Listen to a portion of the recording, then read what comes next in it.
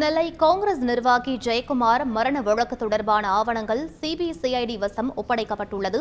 இது பற்றிய மேலும் விவரங்களை எமது செய்தியாளர் ராமசுந்தரம் சொல்ல கேட்கலாம். வணக்கம் ராமசுந்தரம், உங்களுடைய தகவல் என பதிவு பண்ணுங்க. நெல்லை கிழக்கு மாவட்ட காங்கிரஸ் தலைவராக இருந்த ஜெயக்குமார் மரணம் அடைந்த வழக்கு பல்வேறு கோணங்கள்ல போலீசாரால் விசாரிக்கப்பட்டது. பல்வேறு தடயங்கள் தடய அறிவியல் துறையினால் சேகரிக்கப்பட்டு தடய ஆய்வுக்கும் உட்படுத்தப்பட்டிருக்கிறது. அதுபோல உடற்கூறு ஆய்வு அறிக்கை, டிஎன்ஏ பரிசோதனை அறிக்கை என பல்வேறு அறிக்கைகளுக்காக காவல்துறையினர் விசாரணைக்காக காத்திருந்த நிலையில தற்போது சிபிசிஐடிக்கு இந்த வழக்கு மாற்றப்பட்டிருக்கிறது.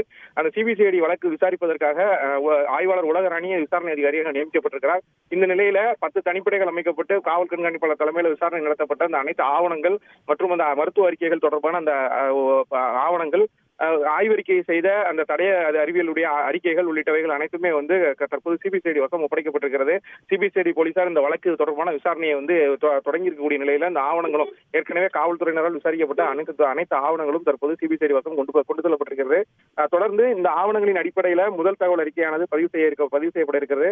முதல் தகவல் அறிக்கை பதிவு செய்யப்பட்டவுடன் சம்மன் அனுப்பி இந்த விசாரணையை துரிதப்படுத்துவதற்கான நடவடிக்கைகளை சிபிசிஐடி போலீசார் மேற்கொள்ள இருக்கிறார்கள். விவரங்களுக்கு நன்றி ராமசுந்தரம். செய்திகளை உடனுக்குடன் தெரிந்து கொள்ள உடனே சப்ஸ்கிரைப் பண்ணுங்க.